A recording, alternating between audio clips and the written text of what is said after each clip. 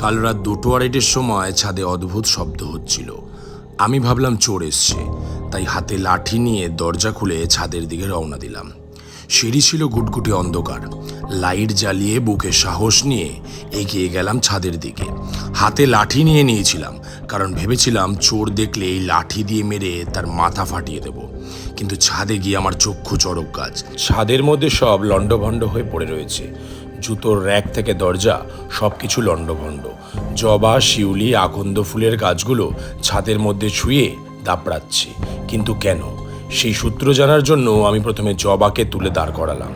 জবা বলল কেউ তাকে হঠাৎ ধাক্কা দিয়ে ফেলে দিয়েছে। তারপর শিউলি বলল সেও তখন গভীর ঘুমে মগ্ন, কিন্তু হঠাৎ করে তাকে কে নাড়িয়ে দিল এবং ধাক্কা দিয়ে নিচে ফেলে দিল। সবার সাথে কথা বলে বুঝলাম এ কোনো ঘরের লোকের কাজ নয়, এ কোনো বহিরাগতরই কাজ। কারণ আকন্দর অবস্থা এতটাই খারাপ হয়ে গেছে যে সে কথা বলার মতন